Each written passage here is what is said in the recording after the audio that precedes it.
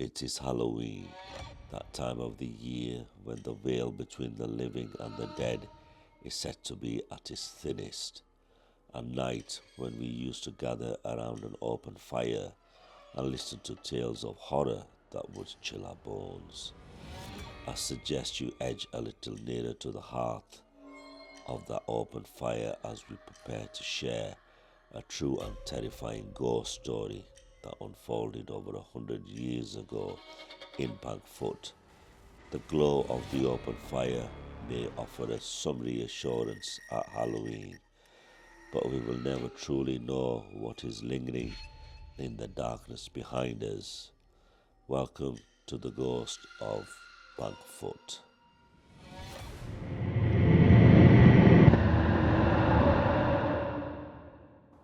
Happy Halloween, viewers. Well, I'm talking to you from the Bankfoot area of Bradford on this cold and dark autumnal evening in October. And this story that I'm going to tell you is on the spooky side. Thursday, the 27th of September 1923 was the night when 3 ghosts appeared in the Bankfoot area of Bradford, making what the press called a sudden and terrifying descent on the neighbourhood. But those 3 ghosts became one ghost, so it's quite possible that 2 of them actually found peace and moved on that Thursday evening. And this story is going to concern itself with the antics of that sole ghost that terrified women and children in Bankfoot. The solitary ghost that chose to remain in the area was also something of a mischievous spook, and its antics were reported on a daily basis in the Bradford Daily Telegraph, and it became something of a saga within the paper's columns. The edition that was published on Wednesday, the 3rd of October 1923, gave real prominence to the haunting of Bankfoot. The Daily Telegraph gave a wonderfully atmospheric account of the scene. It said, "Carbottom Lane has all the atmosphere for a ghost story. An uneven, ill-kept road, badly lighted, flanked at its commencement on one side by a church which casts long gaunt shadows into the night, and on the other by a school which stands a black menacing mass against the eerie light reflected by the train sheds in the background. Over the churchyard wall there rise from the ground crosses and tombstones, and the deadly silence is enhanced rather than disturbed by the rumble of the trams and traffic on the main artery citywards." The newspaper described the ghost. They said it was garbed in long, loose, greyish-white cloaks, which entirely enveloped the figure, wearing a hood like a monk's cowl, and with eyes which flash a brilliant yellowy green. The ghost had different ways of striking terror into the hearts of local people. Sometimes it would just simply whisper into the keyholes of doors of properties. On other occasions, it would crouch above an ash pit and then leap in front of women and children.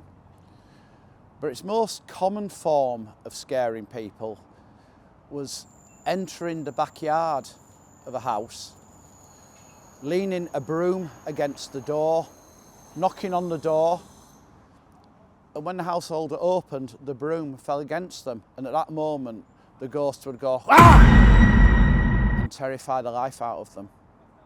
However, Bradford's Daily Telegraph also reported that some of the antics of the ghost had quite serious consequences for some of its victims.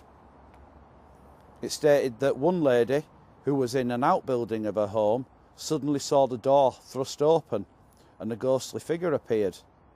The paper said that her terror when the ghost gave utterance to a horrible yell and leered at her with fiendish eyes while it gesticulated like a thing possessed.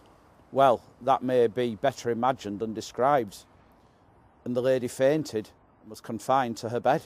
They spoke of another lady in a delicate state of health who was startled by the apparition, and the consequence of the shock is said to be serious. The hauntings would also have quite an adverse effect on the nerves of local children, especially the ones that attended St Matthew's School, which is the building behind me. At 4:30 in the afternoon, when school closed, it was reported that many of the children would scarper as fast as they could on Carbottom Road in an attempt to avoid the ghost.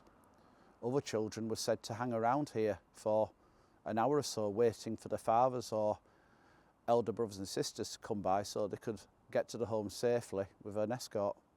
It was also reported that some local men actually gave chase to the Bankfoot phantom, and it was soon established that this graveyard here behind St Matthew's Church, this area was the chosen sanctuary of the ghost.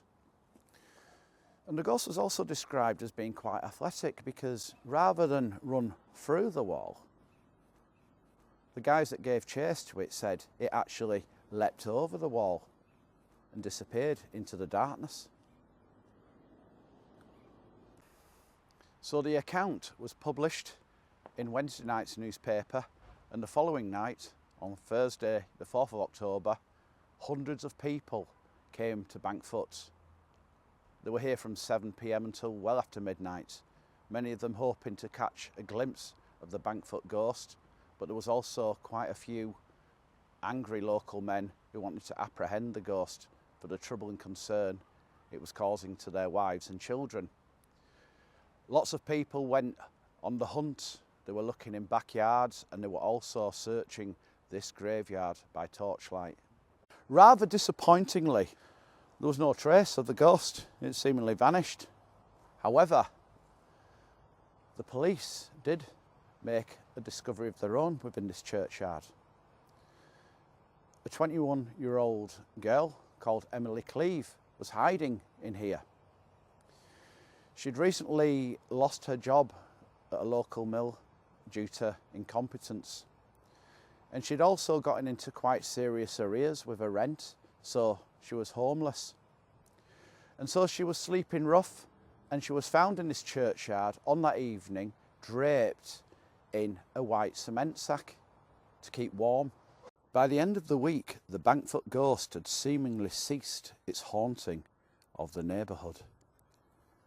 Was it the huge crowd that had assembled on the Thursday that had scared it away? Or was it the fact that a scoutmaster had tipped off a reporter from the Daily Telegraph, revealing that two brothers who had spent the summer practising athletics were the mischievous source of the hauntings?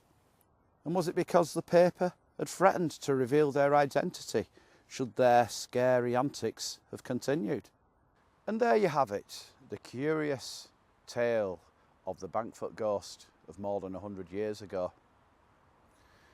All that's left to say is happy Halloween, don't have nightmares, and we'll see you on the next blog.